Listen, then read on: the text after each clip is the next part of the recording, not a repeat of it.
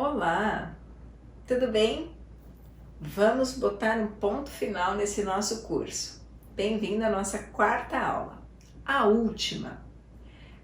Hoje eu vou terminar a análise dessas novas normas que possibilitam para as empresas novas saídas e novas formas de superar a crise econômica e a instabilidade que a pandemia de Covid-19 trouxe para a nossa sociedade.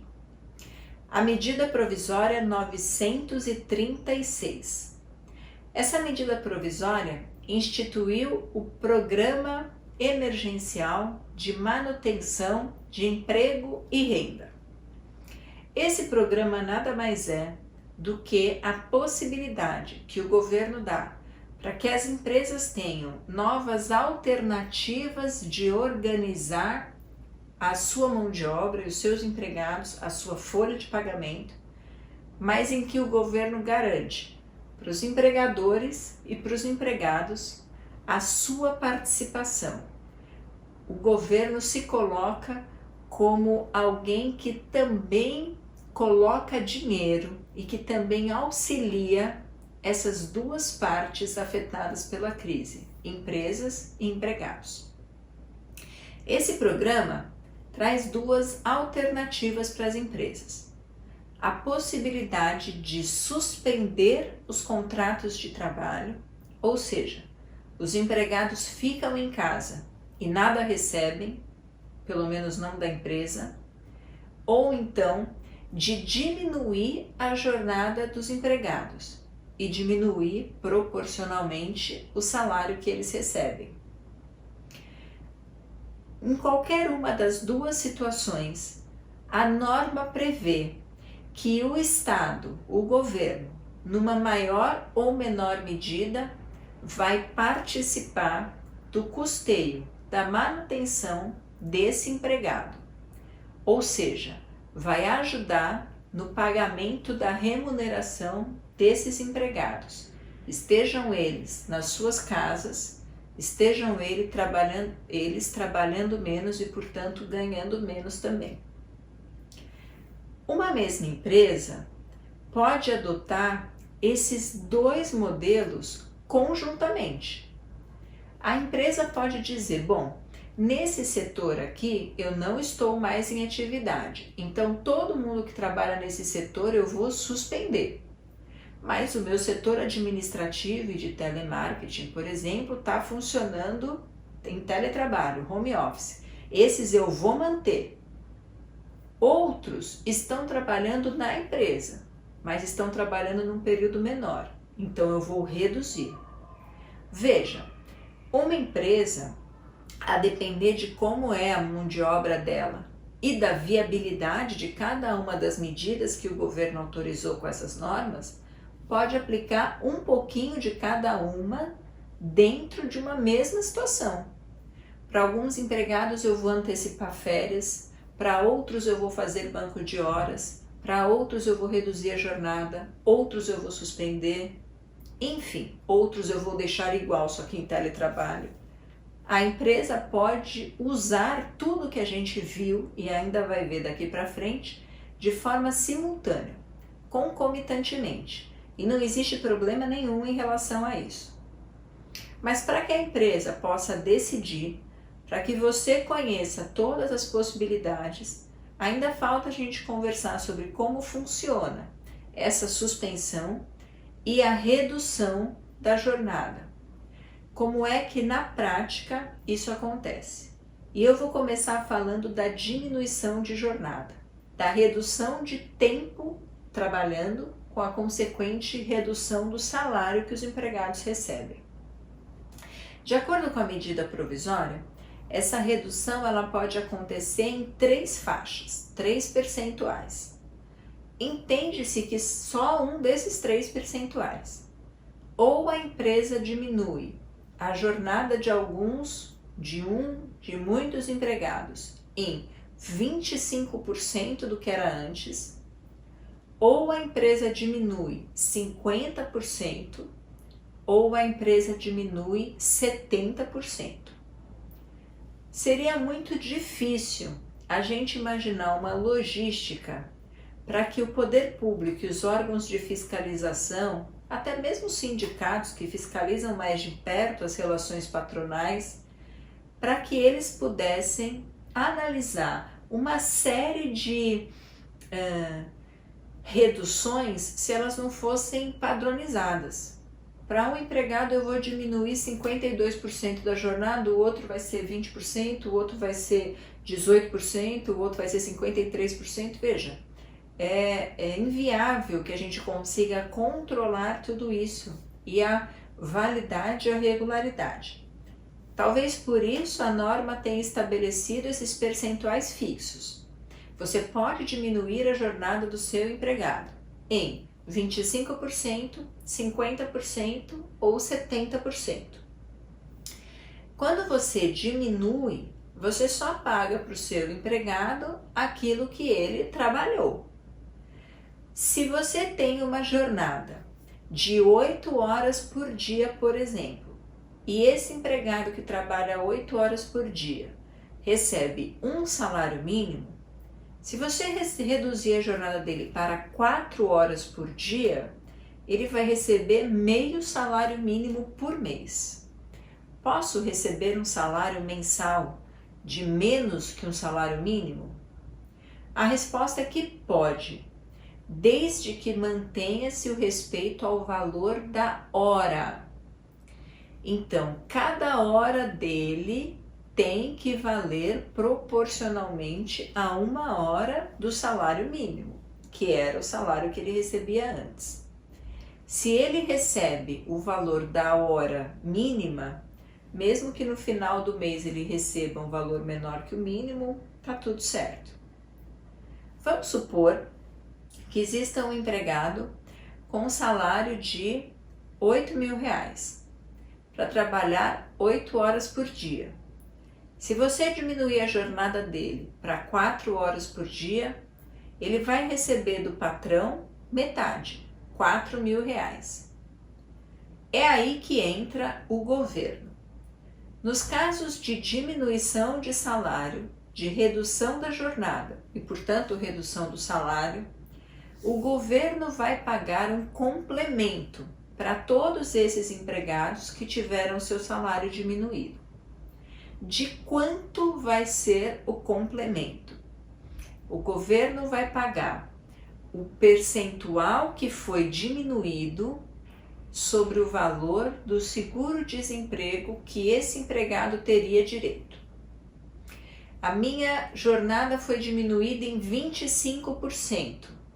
O meu patrão vai me pagar o salário de 75%, proporcional ao que eu trabalhei, e esses 25% o governo vai pagar para mim.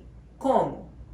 Vai pagar para mim 25% do salário-desemprego, do seguro-desemprego que eu teria direito. Eu tive uma redução de 70%. Tiraram 70% do meu salário. Vou trabalhar 30% do tempo e receber 30% do meu salário da empresa. E o governo vai ajudar a complementar esses 70%. E vai me pagar quanto? Vai me pagar 70%, não do meu salário, mas do seguro-desemprego ao qual eu teria direito. Para vocês terem uma ideia, o seguro-desemprego agora, em 2020, tem uma prestação máxima de aproximadamente R$1.800. Então, se você teve a jornada de trabalho reduzida em 50%, e se você faria jus a um seguro-desemprego no máximo R$1.800, o governo vai te pagar 50% desse seguro-desemprego. Vai te pagar algo em torno de R$900. Você vai receber uma parte da empresa, proporcional ao que você trabalhou, e uma parte do governo, proporcional ao que foi lhe tirado, mas não calculado em cima do seu salário, e sim em cima do seguro-desemprego ao qual você teria direito. Isso é para casos de redução. Se o empregador quiser, se a empresa quiser, não obrigatório, facultativamente, ela pode dar para esses empregados que tiveram o salário diminuído uma ajuda de custo, um extra, um pagamento por fora. A norma diz que, em hipótese alguma, esse pagamento, essa ajuda de custo que o empregador quiser dar para alguém, vai ser considerada salário. Não. Tem natureza, de acordo com a medida provisória, de verba indenizatória.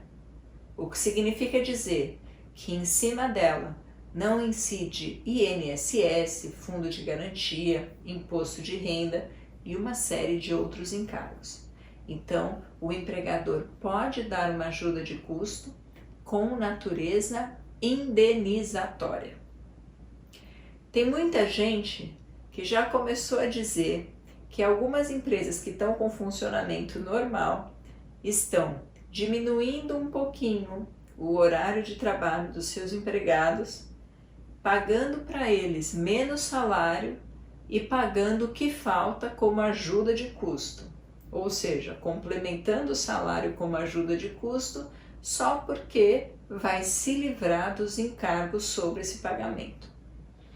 É bom a gente tomar um pouco de cuidado aqui.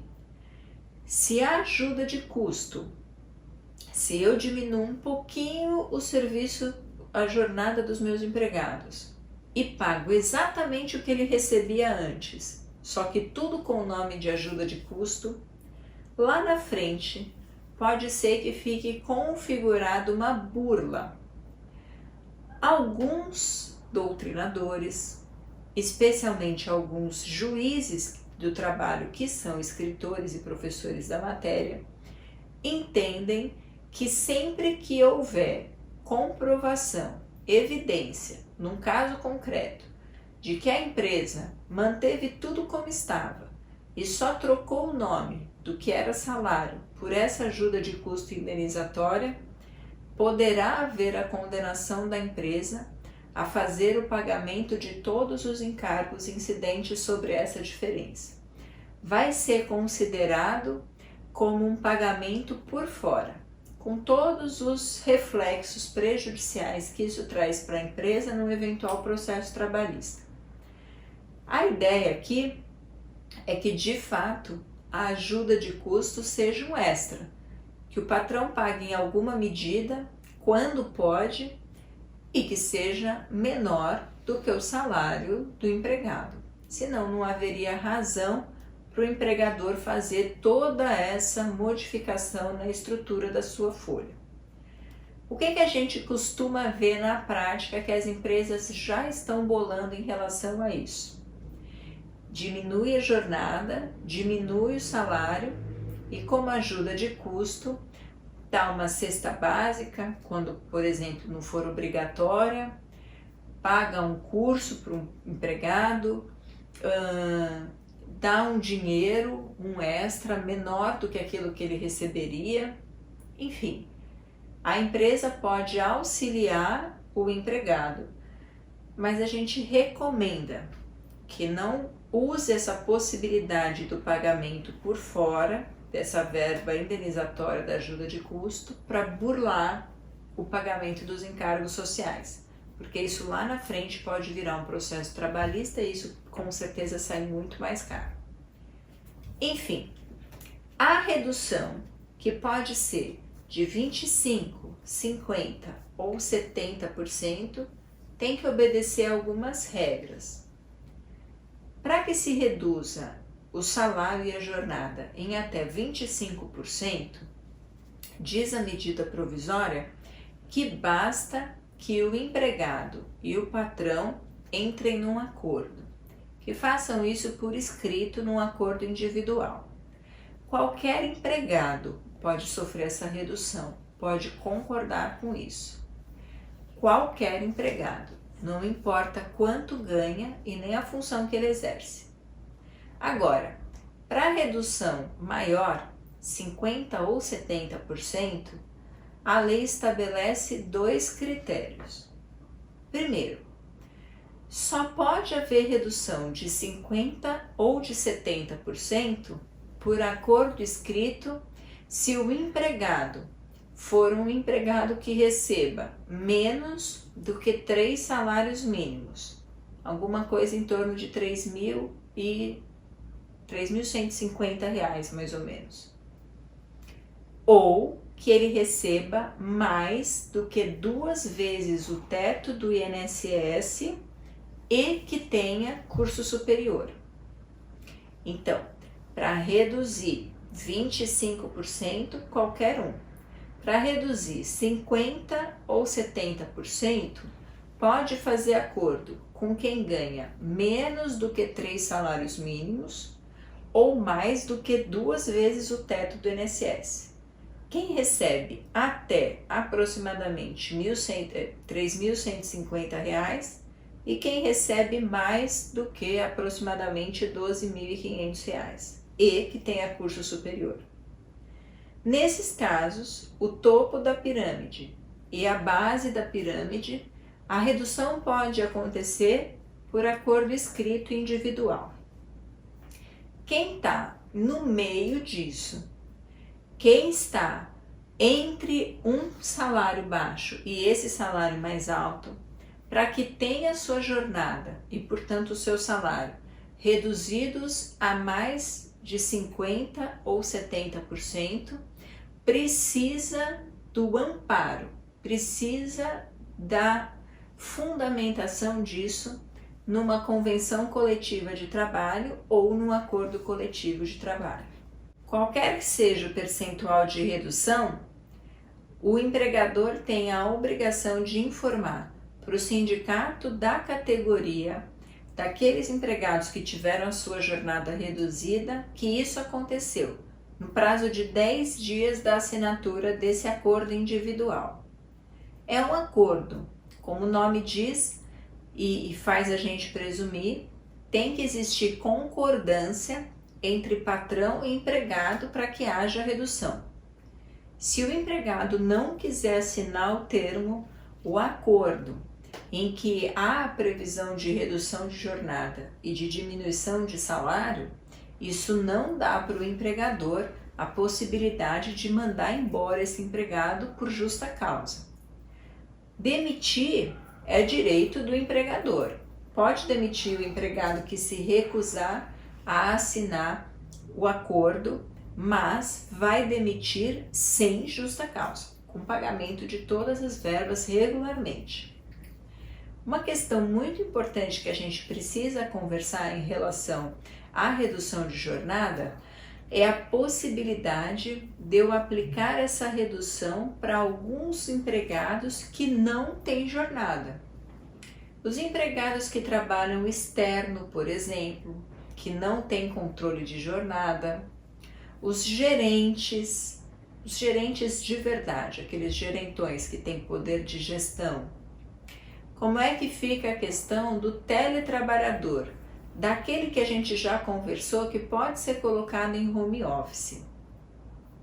Nessas situações, não existe, por força da própria CLT, jornada. Eu não tenho como controlar o tempo que alguém trabalha se esse trabalho é externo.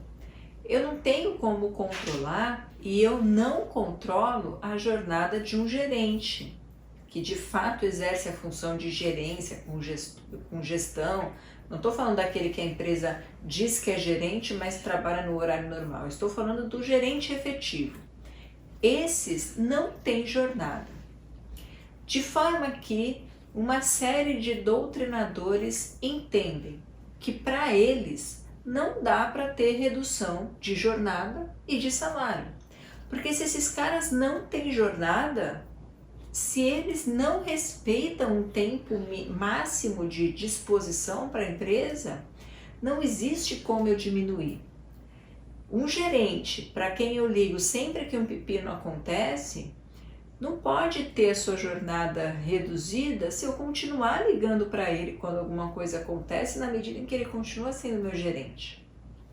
Enfim, entendem alguns que se houver redução do salário desses empregados que não se submetem à jornada de acordo com a CLT, essa redução de salário é ilegal. E nesses casos, as empresas que fizerem isso podem e sofrem o risco de um eventual processo trabalhista.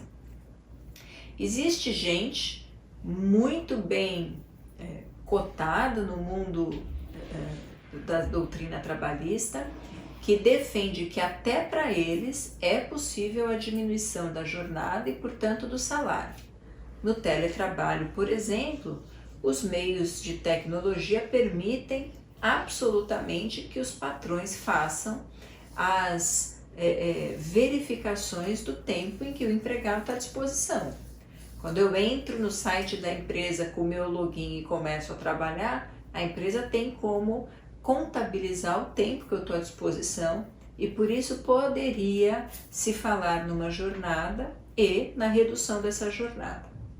Mas a maior parte dos doutrinadores e dos estudiosos em direito do trabalho tende a achar que só pode haver redução salarial com redução da jornada para os casos dos empregados que têm jornada, ou seja, tira trabalhador externo, tira gerente, tira quem trabalha em teletrabalho. Além da redução do salário com a redução da jornada, a medida provisória traz também a possibilidade da suspensão. Nesse caso, o trabalhador não trabalha, fica na casa dele e também não recebe nada da empresa. Existem dois tipos de conduta, duas modalidades diferentes de suspensão. Se esse empregado que teve o seu contrato suspenso trabalha numa empresa que em 2019 teve um faturamento bruto de menos do que R$4.800.000, faturamento anual menor do que R$4.800.000, esse empregado não trabalha, fica na casa dele e recebe do governo um seguro-desemprego, um abono, um auxílio de 100% do seguro-desemprego ao qual ele teria direito. Agora, se o empregado que teve o seu contrato suspenso trabalha numa empresa cujo faturamento no ano de 2019 foi superior a R$4.800.000 no ano, o que dá R$400.000 mês aproximadamente, esse empregado dessa empresa com faturamento bruto maior vai receber obrigatoriamente da empresa uma ajuda de custo igual a 30% do seu salário. 30% do seu salário a empresa paga como ajuda de custo, não como pagamento de salário. Ajuda de custo sem incidência, portanto, de encargos. E o governo paga para ele 70% do seguro-desemprego ao qual ele teria direito. Suspensão. Para quem trabalha em empresas com faturamento anual menor do que R$4.800.000, a empresa pode, se quiser, pagar ajuda de custo, mas não é obrigada. E o governo paga o valor do seguro-desemprego que ela teria direito. Se a suspensão acontece numa empresa que teve faturamento no ano passado maior do que R$4.800.000, a empresa é obrigada a dar uma ajuda de custo. Nos casos de diminuição da jornada e do salário, a ajuda de custo é facultativa, assim como no caso da suspensão feita por empresas que tiveram faturamento no ano de 2019 menor do que R$4.800.000. Uma outra situação que aproveita tanto o empregado que teve o seu contrato reduzido quanto o empregado que teve o seu contrato suspenso é a questão da estabilidade provisória no emprego. Esses empregados, os que tiveram jornada reduzida e os que tiveram suspensão, eles têm garantia de continuar no emprego.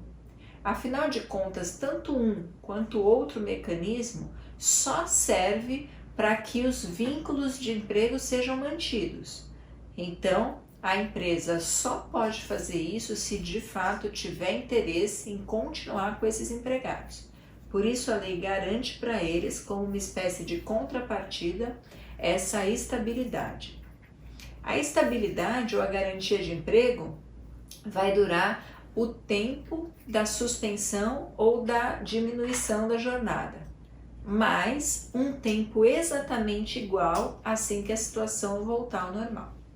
Então, se ele teve o contrato suspenso por 60 dias, nesses 60 dias não pode ser demitido. E quando ele voltar, por mais 60 dias também não vai poder ser demitido. O que acontece se houver demissão dentro desse período de estabilidade? A empresa vai pagar uma espécie de multa, uma espécie de indenização. Geralmente, quando eu trato de um empregado estável, se a empresa manda esse empregado embora, ela tem que pagar toda a remuneração que ele receberia até acabar a estabilidade. 100% do que ele receberia se tivesse continuado no emprego durante a estabilidade. Aqui, a norma prevê uma indenização, uma multa um pouquinho diferente. Se foi caso de suspensão ou de redução da jornada e do salário em 70%, essa estabilidade, em caso de demissão, vai ser indenizada no valor integral que esse empregado receberia de remuneração caso ele continuasse trabalhando. 100%. 100% da remuneração que seria devida para ele até o fim dessa estabilidade.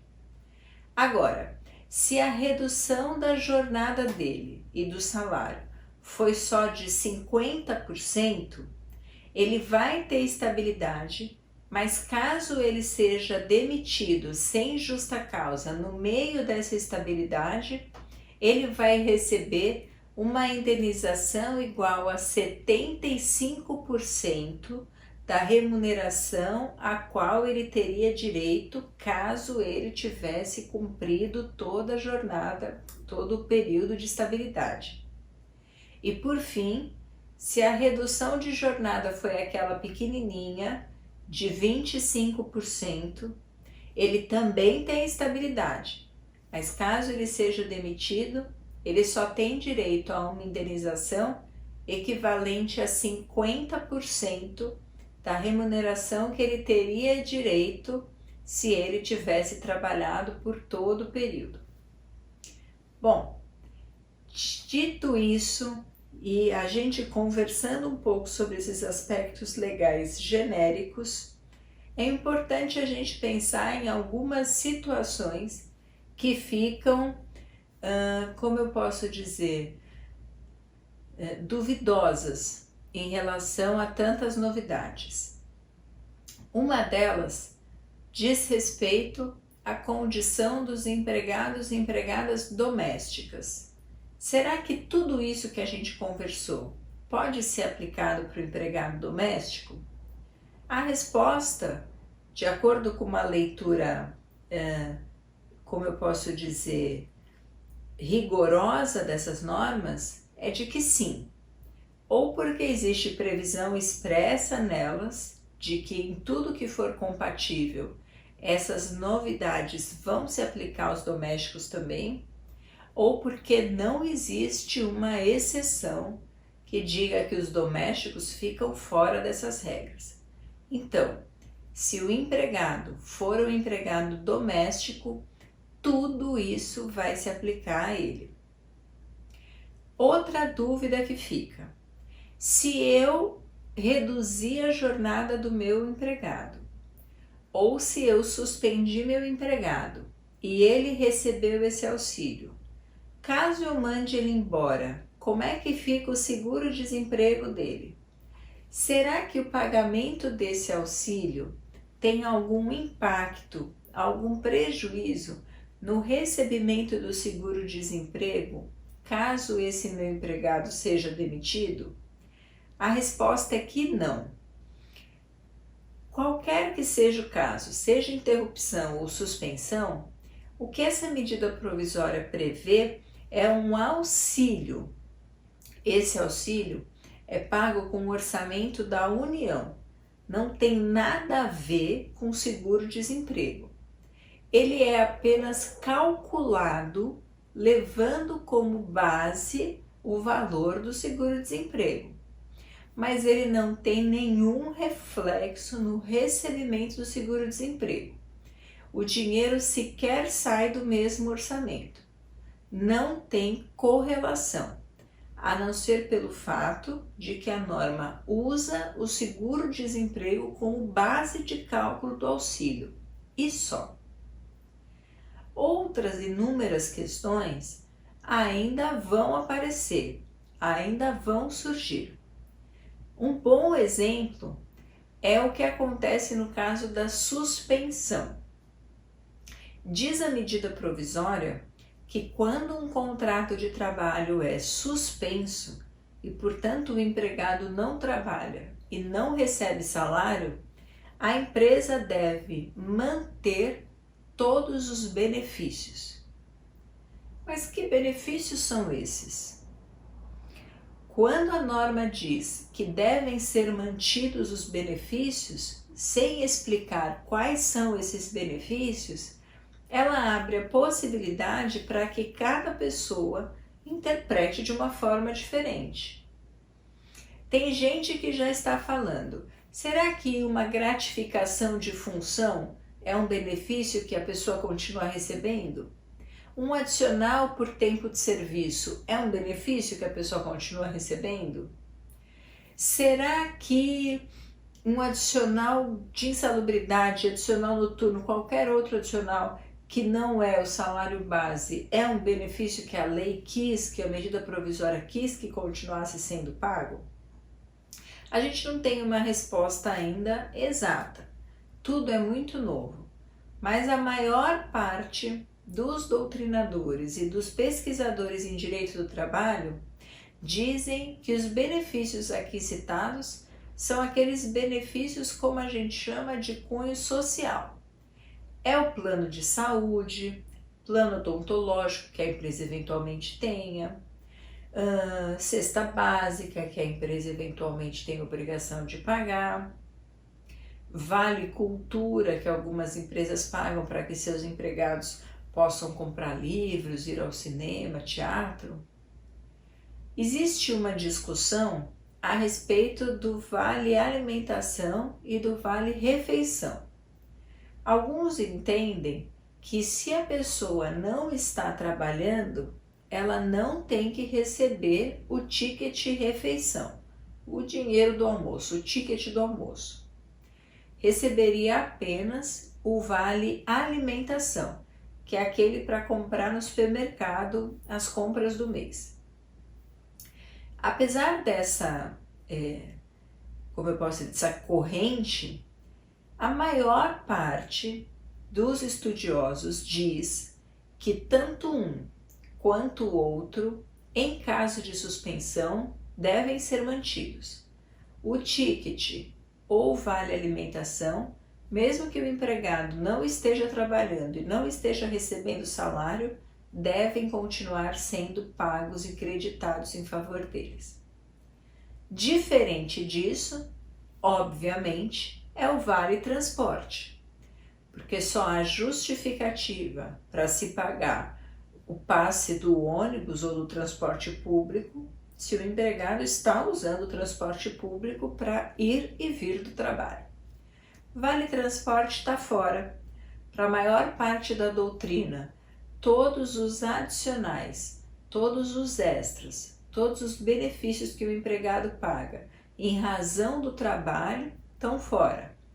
E todos aqueles outros que não têm vinculação com o trabalho, mas que têm um viés social, alimentação, refeição, plano de saúde, plano odontológico, cesta básica, o que quer que seja nesse sentido, devem continuar sendo pagos durante o período de suspensão. Existem já algumas manifestações sobre a inconstitucionalidade dessas medidas, dizendo que não pode haver redução da jornada e do salário, porque isso é diminuição de salário que a Constituição proíbe, dizendo que há necessidade de previsão expressa e de norma coletiva para ser fixadas eventuais outras regras que a gente estudou nas aulas anteriores sobre férias, banco de horas, etc. e tal, dizendo que não há possibilidade de se prever que um acordo entre uma pessoa e outra possa valer mais do que a lei ou mais do que a norma coletiva. Enfim, essas duas medidas provisórias já estão sendo bombardeadas nos tribunais. A expectativa que a gente tem mesmo assim é que elas sejam convalidadas. Elas não são perfeitas, muito longe disso. Mas são as medidas possíveis num momento tão urgente em que não há tempo de se pensar e de se estruturar uma norma com toda a formalidade e a retidão que ela merece, e num momento de crise extrema, em que eu preciso resolver um problema grande imediatamente.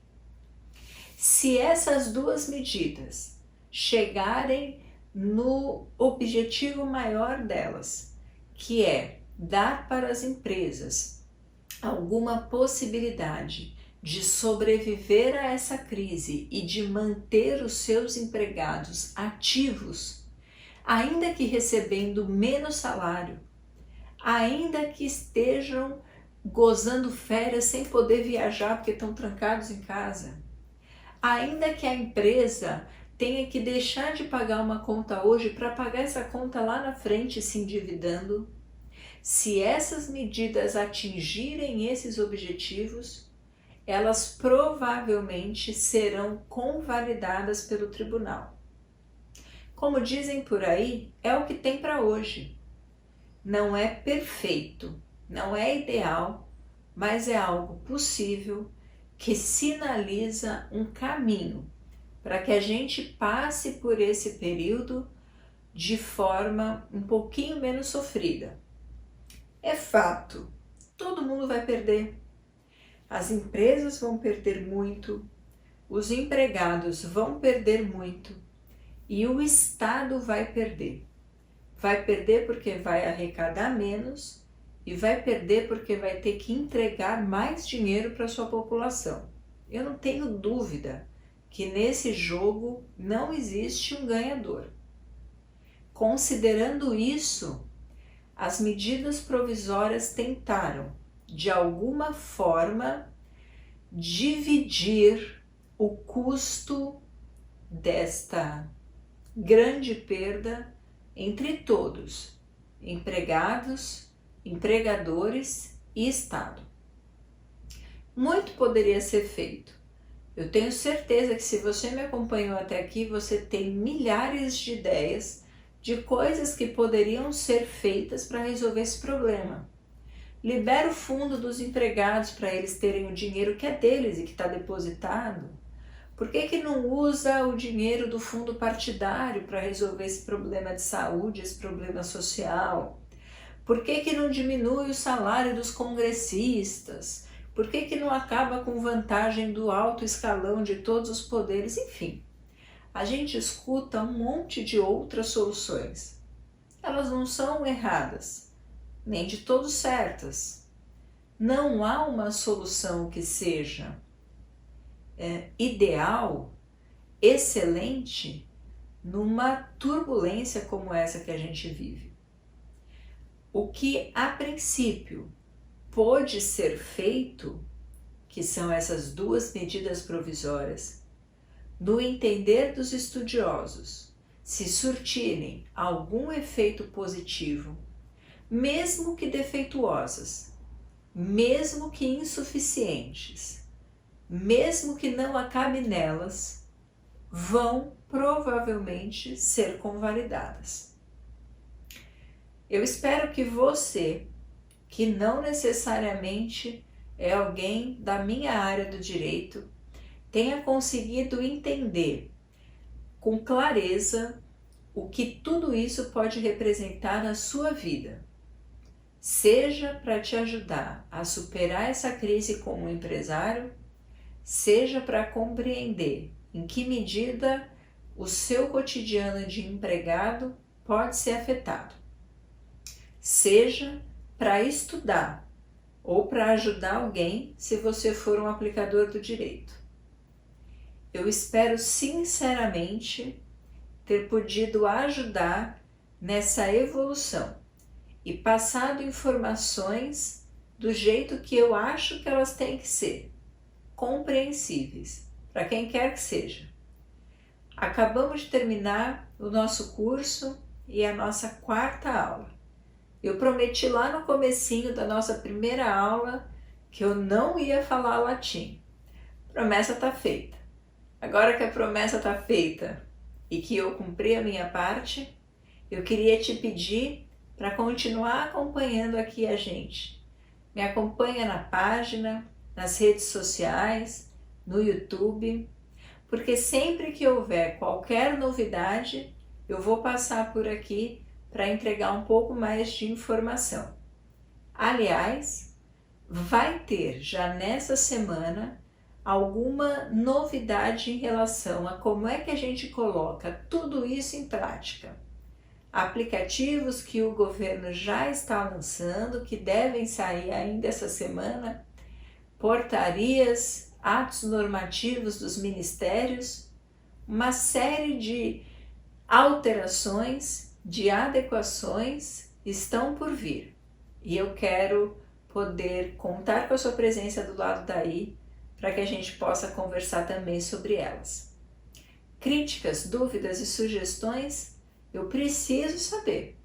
É só comentar o vídeo ou dar um jeito de me mandar uma mensagem direta para que a gente possa conversar um pouquinho mais e para que a gente possa chegar a alguma conclusão diante de tanta mudança e tanta novidade. Muito obrigada pela sua presença por aqui. Fica comigo nas próximas também. Um beijo e tchau!